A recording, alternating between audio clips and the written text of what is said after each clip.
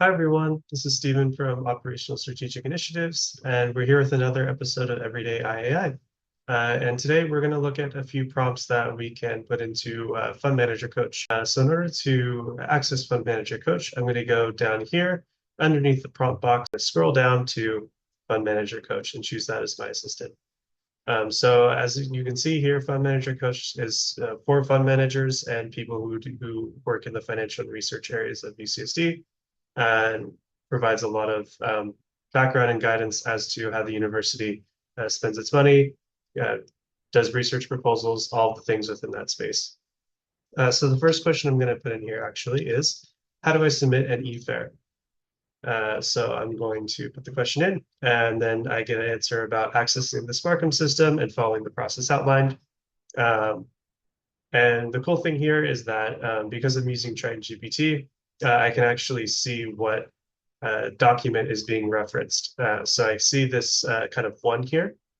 This shows me that, hey, it's linking to a Blink page. And if I match it up to the one here and click in this box, I'm going to be able to open up the actual Blink page and go look, scroll down through this Blink page and find the answer.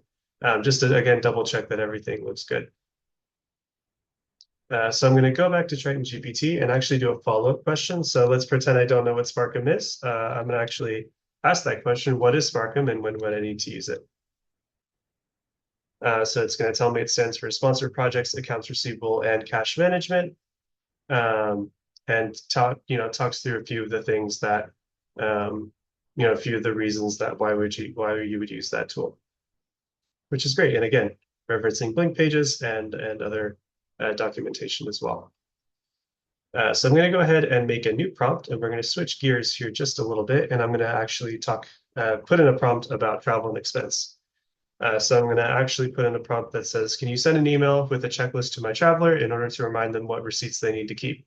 And then I added in some details. They're going to Nevada, and they're going to be reimbursed for airfare, hotel, and their meals. So we're going to throw this in here. And because I've asked them to send an email, it's going to create kind of the outline, the template of an email, including the subject line, which is really great. So the cool thing here is because I specified what the payee was going or the traveler is going to be receiving payment for, it actually gives me the receipt requirements specifically for the actual expenses that the traveler is going to incur. So airfare, hotel, and meals, which I think is really great. And lastly, I'm going to enter in another question talking about the GL and PPM.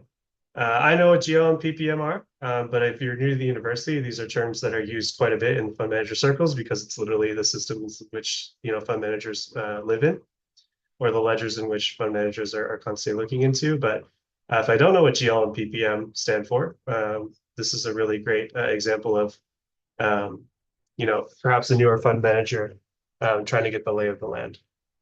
So I'm going to go ahead and put this prompt in here and see what it says. So it says the main difference between the general ledger and project portfolio management is that the GL displays summarized expenditure data while PPM displays detailed expenditure data.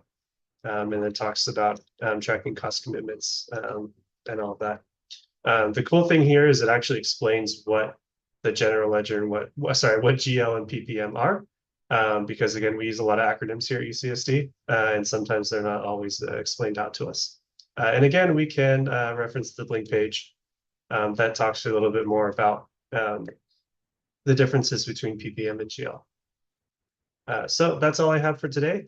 Thank you for watching today's episode of Everyday IAI, and we'll see you in the next one. Take care.